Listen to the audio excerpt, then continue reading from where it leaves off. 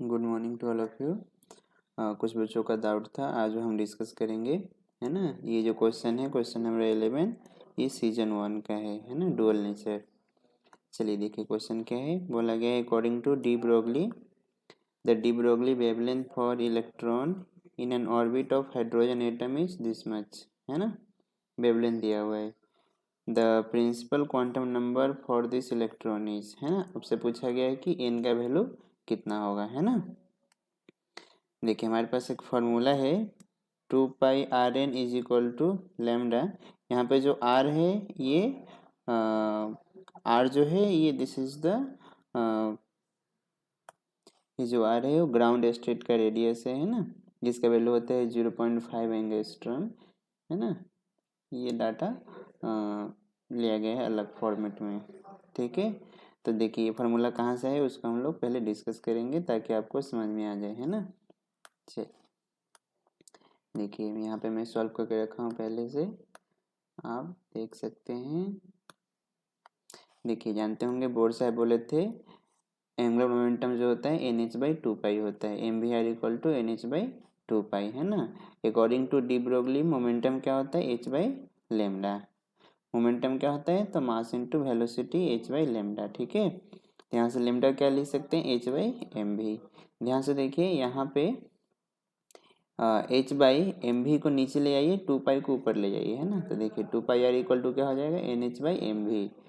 h/mv का value कितना है लेमडा, तो लेमडा पुट कर दिए, है ना। यानी 2πr = आ गया n लेमडा। ये जो r है this is the radius of nth orbit, है ना। बट हम लोग ग्राउंड स्टेट के रेडियस के रेस्पेक्ट में हम लोग सॉल्व करते हैं r0 के रेस्पेक्ट में, है ना, क्योंकि हमें r0 का वैल्यू पहले से पता है, ठीक है। तो R = क्या हो जाएगा n² r0। आप ये रिलेशन जानते हैं, है ना, बोर साहब का जो एटॉमिक स्ट्रक्चर है उसके अकॉर्डिंग तो ये रिलेशन आता है, ठीक है। अब R का वैल्यू हम पुट कर देंगे वहाँ पे, तो 2πr0 n² = क्या हो जाएगा n लेमडा। n से n कट जाएगा यानी 2πr0 n = क्या हो जाएगा लेमडा, ठीक है। तो यहाँ से आप n निकाल सकते हैं λ/2πr0, है ना। r0 का जो वैल्यू होता है 0.53 एंगस्ट्रॉम, है ना। अकॉर्डिंग टू यूनिट आप यूज कर सकते हैं जिसमें आपको कंफर्टेबल लगे, है ना। ये वेवलेंथ मीटर में दिया हुआ है तो सबको मीटर में ही कन्वर्ट कर दिया गया है, ठीक है। तो ये समझ में आया आपको क्वेश्चन। तो क्वेश्चन नंबर 11 था, आपसे n पूछा गया था, तो आप ये फार्मूला कहाँ से आया समझ में आया, ठीक है। चलिए क्वेश्चन नंबर 16 देखते हैं, है ना। कुछ लोगों का डाउट है। बोला गया है कि an electron of mass small m when accelerated through a potential difference v has de Broglie wavelength lambda. The de Broglie wavelength associated with the proton of mass capital M accelerated through the same potential difference will be, है ना। तो आप जानते होंगे the charge of electron और charge of proton दोनों का magnitude क्या होता है सेम होता है ना, अपोजिट नेचर का होता है बट दोनों का मैग्नीट्यूड सेम है, ठीक है। और आप लोग जानते होंगे, पढ़ चुके हैं इलेक्ट्रोस्टैट्स में, पोटेंशियल एनर्जी जो होता है क्यू भी क्या है पोटेंशियल और क्यू इज द चार्ज। ये क्वेश्चन में देखिए बोला गया है कि पोटेंशियल भी सेम है और दोनों का चार्ज का मैग्नीट्यूड भी सेम होता है। दैट मीन्स दोनों जो चार्ज पार्टिकल है उसके पास जो एनर्जी है वो सेम है ना। ये बात समझ में आए। चलिए मैं इसका आपको सॉल्यूशन दिखाता हूँ।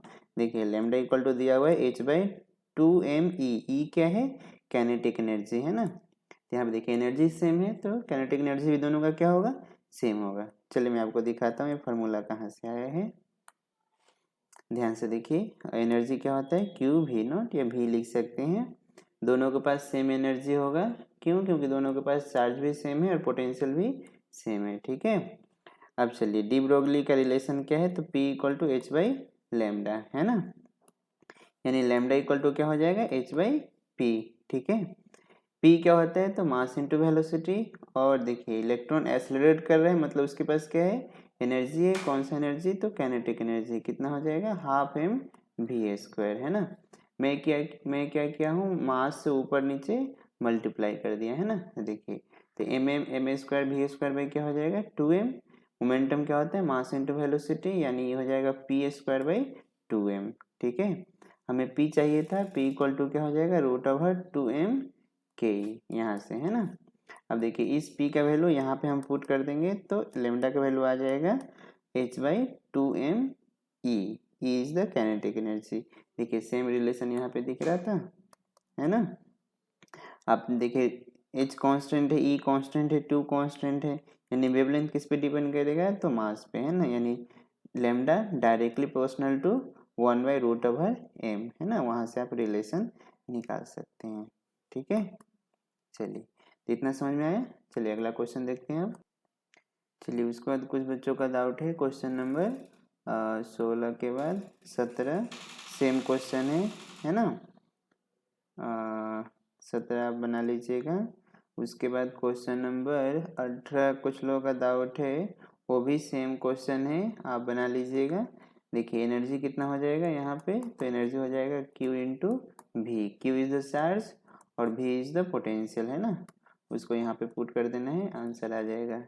ठीक है, तो क्वेश्चन नंबर 17 और 18 सिमिलर टाइप का है। ठीक है, तो आप ट्राई कर लीजिएगा। क्वेश्चन नंबर 19 भी सिमिलर कैटेगरी का है, आप कर लीजिएगा। 19 के बाद क्वेश्चन नंबर, चलिए आगे देखते हैं। क्वेश्चन नंबर कहाँ तक देख रहे थे, 18 19 भी सिमिलर था, है ना। उसके बाद आपका क्वेश्चन नंबर डाउट है 20 में। कुछ लोग पूछे हैं 20 आसान है। देखिए बोला गया है कि the de Broglie wavelength of particle moving with a velocity 2.25 into 10⁻18 metre पर second is equal to the wavelength of proton.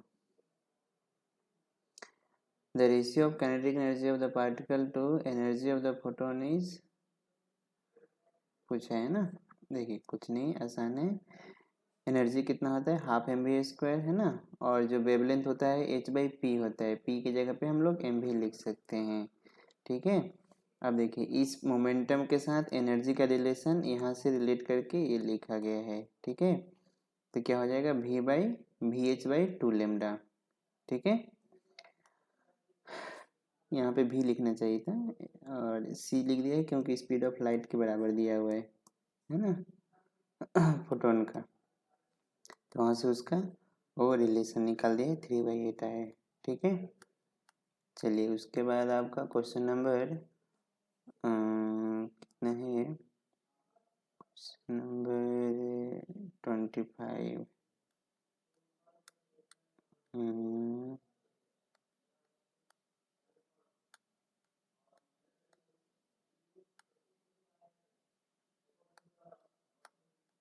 24 भी है, दो लोगों का doubt.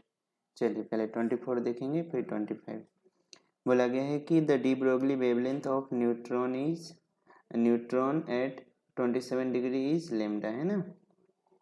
What will be its wavelength at this much. ठीक है, तो आपको फिर रिलेशन जानना पड़ेगा कि वेवलेंथ और टेम्परेचर में क्या रिलेशन है ना।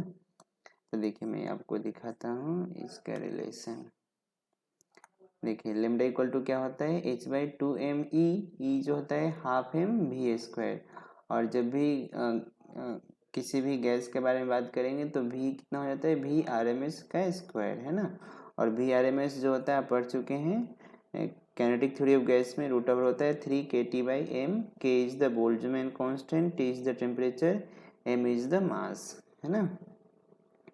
ठीक है, उस डाटा को यहाँ पे पुट किया गया है। पुट करने के बाद आप देखेंगे लेमडा आ जाता है h/√3m kT। देखिए 3 कांस्टेंट है, m मास जो है कांस्टेंट है, k जो है बोल्ट्जमैन कांस्टेंट है, यानी वेवलेंथ किस पे डिपेंड करेगा टेम्परेचर पे डिपेंड करेगा, जो यहाँ पे डायरेक्ट लिख दिया गया है ना।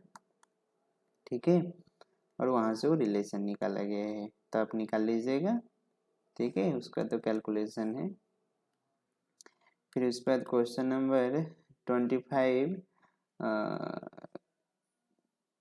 25 कुछ खास नहीं है, हम लोग पढ़ चुके हैं। बोला है photon and electron are given same energy, है ना, वेवलेंथ विथ प्रोटॉन।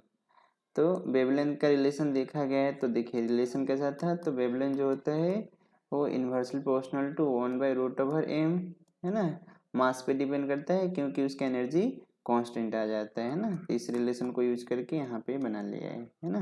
किसका मास ज़्यादा होता है, तो फोटॉन्स एंड इलेक्ट्रॉन्स है ना। देखिए आंसर में क्या बोला है, wavelength of photon will be greater than that of electron because mass of photon is less than that of electron है ना। हालांकि फोटोन का जो मास होता है हम लोग जीरो लेके चलते हैं जब वो रेस्ट में रहता है, जब मोशन में तो कुछ है बट कम रहता है किससे, इलेक्ट्रॉन से। ठीक है।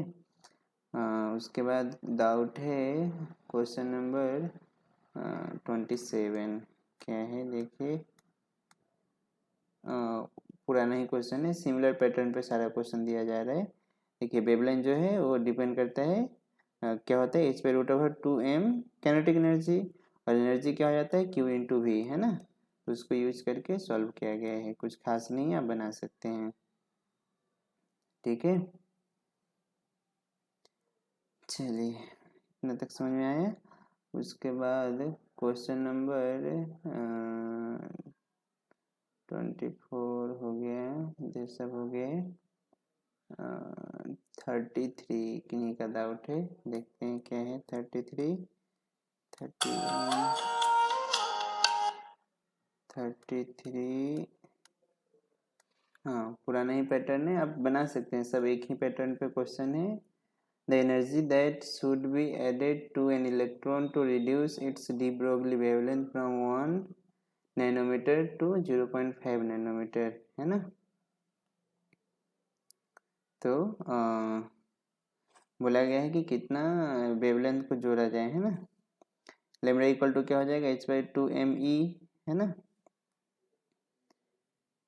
यानी एनर्जी बोला है, यानी वेवलेंथ का रिलेशन एनर्जी के साथ कैसा होगा, तो वेवलेंथ जो होगा वो हो जाएगा डायरेक्टली प्रोपोर्शनल टू 1/e है ना, यानी lambda dash by lambda equal to हो जाएगा e/e डैश का रूट ओवर। ठीक है।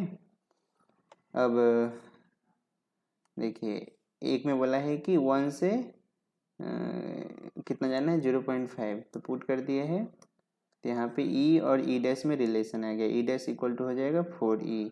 एनर्जी कितना ऐड करना पड़ेगा, तो 3 एनर्जी ऐड करना पड़ेगा है ना। चलिए तो ये था आपका डाउट सीजन 1 डुअल नेचर का है ना, जो हम कंप्लीट कर लिए हैं। मैक्सिमम क्वेश्चन एक ही पैटर्न का है, आप अच्छा से ट्राई कीजिएगा। थोड़ा कैलकुलेटिव है इसलिए आप कैलकुलेटर यूज कर सकते हैं है ना सॉल्व करने के टाइम में। चलिए।